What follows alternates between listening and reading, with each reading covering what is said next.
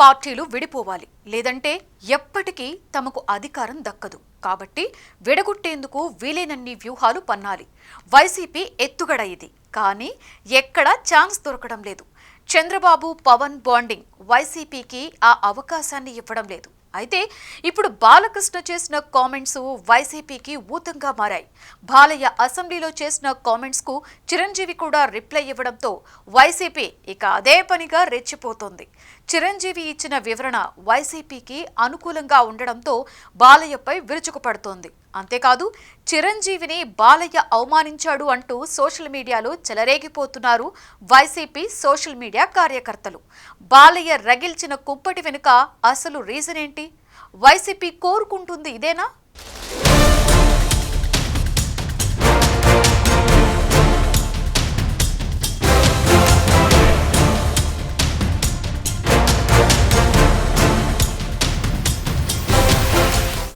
బాలకృష్ణ అసెంబ్లీలో చేసిన కామెంట్లు చర్చనీయాంశంగా మారాయి. ఏదైతే వైసీపీ కోరుకుంటుందో దానికే ఓతమిచ్చేలా బాలయ్య తీరు ఉందని అంటున్నారు. ఎందుకంటే బీజేపీ, జనసేన, టీడీపీలు కలిసి నడిస్తే ఎంత ప్రమాదకరమో సీపీ కంటే బాగా ఇంకెవరికి తెలుసుండదు. జగన్ తన తండ్రి వైఎస్పై జనంలో ఉన్న ఆదరణను వినియోగించుకుని రాజకీయంగా ఎదగాలని పార్టీ స్థాపించారు. అయితే ఆ సానుభూతితో ఓట్లు పొంది సీఎం కావాలనుకున్న జగన్కు పోటీ చేసిన తొలి సార్వత్రిక ఎన్నికల్లో ఎలాంటి గట్టి దెబ్బ తగిలిందో ప్రత్యేకించి చెప్పక్కర్లేదు. మోడీ గాలితో పాటు జనసేనాని పవన్కు ఉన్న చరిష్మా, రాష్ట్రవ్యాప్తంగా ఉన్న టీడీపీ క్యాడర్ ఏకం కావడంతో 2014 ఎన్నికల్లో వైసీపీకి చావు తప్పి కన్నులొట్టబోయింది. ఇక మరోసారి బీజేపీ, జనసేన, టీడీపీ త్రయం ఏకమై 2024 ఎన్నికల్లో కూడా వైసీపీని గట్టి దెబ్బ కొట్టాయి. ఈసారి మరింత ఘోరంగా ఓడిపోయింది వైసీపీ. కూటమి పార్టీలు విడిపోవాలని కోరుకునే ఏకైక పార్టీ వైసీపీనే. నిజానికి కూటమిలో పార్టీలంటే ఏదో ఒక వ్యతిరేకత వచ్చి ఆ పార్టీలు విడిపోవడం అన్నది గతంలో దేశంలో చాలా చోట్ల చూసాం. అయితే తెలుగుదేశం, జనసేన, బీజేపీ కూటమిగా ఉన్నంతకాలం జగన్ మళ్లీ సీఎం అవ్వడం అన్నది కలే అని రాజకీయ వర్గాల్లో సైతం టాక్ ఉంది. ఎందుకంటే బలమైన కమ్మ, కాపు సామాజిక వర్గాలు ఒక గొడుగు కిందకి రావడమంటే రాజకీయంగా ఏపీలో బలమైన కూటమిగా ఉన్నట్లే లెక్క. ఇంకోవైపు కేంద్రంలో బీజేపీ అండతో ఏపీలో ఎన్డీఏ కూటమి దూసుకుపోతుంది. ఈ మూడు పార్టీలు కలిసి ఉన్నంతకాలం జగన్ మళ్లీ సీఎం అవ్వడం అసాధ్యమని వైసీపీ వారికి కూడా క్లారిటీ ఉంది.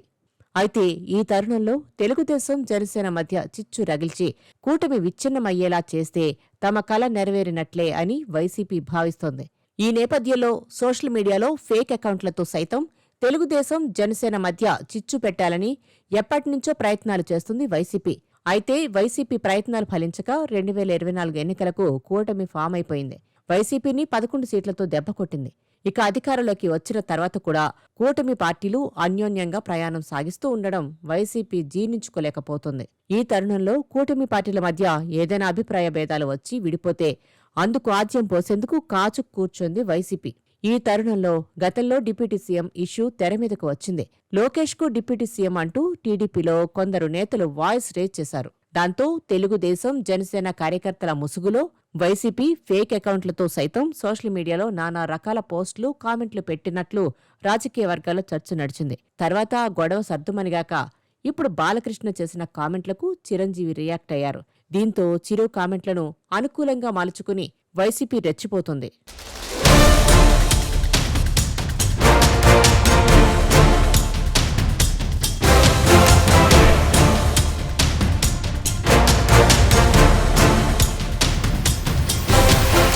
వైసీపీకి నందమూరి బాలకృష్ణ అవకాశమిచ్చారా? లేకుంటే మెగాస్టార్ చిరంజీవి అప్పటి ఘటనపై క్లారిటీ ఇచ్చారా? వైసీపీ దీనిని అవకాశంగా తీసుకుందా? టీడీపీ, జనసేన మధ్య విద్వేషం రెచ్చగొడుతుందా? కాపు, కమ్మ సామాజిక వర్గం మధ్య చిచ్చు పెట్టే ప్రయత్నం చేస్తోందా అంటే అవునని సమాధానం వినిపిస్తోంది. కేవలం తన ప్రస్తావన తీసుకొచ్చినందుకు మాత్రమే తాను స్పందించినట్లు చెప్పారు చిరంజీవి. తన సినిమాలతో పాటు ఇతరుల సినిమాల టిక్కెట్ల విషయంలో కూడా తాను మాట్లాడిన విషయాన్ని ప్రస్తావించారు. చిరంజీవి స్పందించిన నాటి నుంచి వైఎస్సార్ కాంగ్రెస్ పార్టీ ఈ వివాదాన్ని తనకు అనుకూలంగా మలుచుకోవాలని ప్రయత్నాలు చేస్తుంది. సహజంగానే మెగా ఫ్యామిలీ, నందమూరి కుటుంబాల మధ్య సినీ ఆధిపత్యం అనేది సహజం. దశాబ్దాలుగా అభిమానులు విడిపోతూ వచ్చారు. కానీ అనూహ్య పరిస్థితిలో పవన్ కళ్యాణ్ తెలుగుదేశం పార్టీతో పొత్తు పెట్టుకున్న క్రమంలో రెండు కుటుంబాల మధ్య స్నేహం పెరిగింది. అది వైసీపీకి శాపంగా మారింది. ఇప్పుడు నందమూరి బాలకృష్ణ శాసనసభలో ఆ వ్యాఖ్యలు చేయడం, చిరంజీవి స్పందించడంతో తమకు అనుకూలంగా మార్చుకోవాలని వైసీపీ ఆరాటపడుతోంది.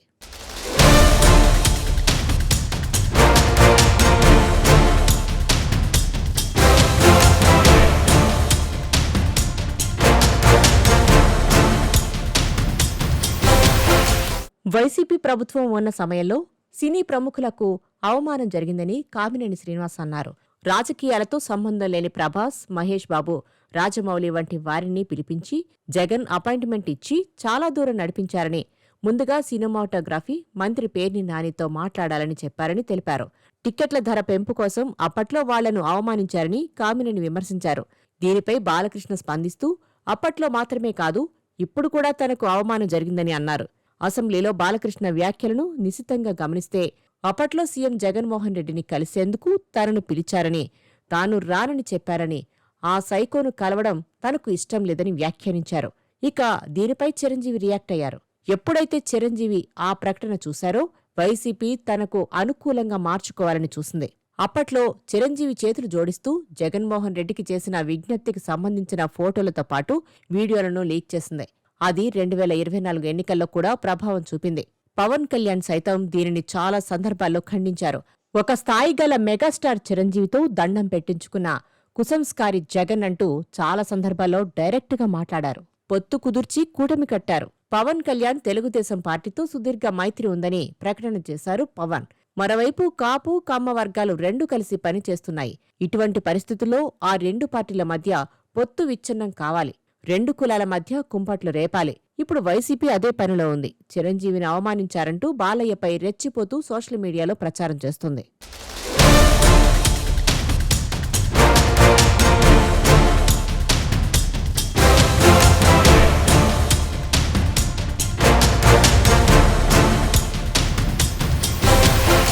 గత వైసీపీ సర్కార్ టాలీవుడ్కు చుక్కలు చూపించిన సంగతి తెలిసిందే. భారతదేశంలోనే అగ్రనటుడు చిరంజీవిని పిలిపించుకుని మరీ అవమానించిన సంగతి మరువలేం. సినిమా సమస్యలు జగన్ పరిష్కరించారా లేదా అన్న విషయం పక్కన పెడితే చిరంజీవి లాంటి పెద్ద మనిషి చేతులు జోడించి నమస్కారం పెట్టినప్పుడు ప్రతి నమస్కారం పెట్టకపోవడంపై జగన్పై అప్పట్లోనే పెద్ద ఎత్తున విమర్శలు వచ్చాయి.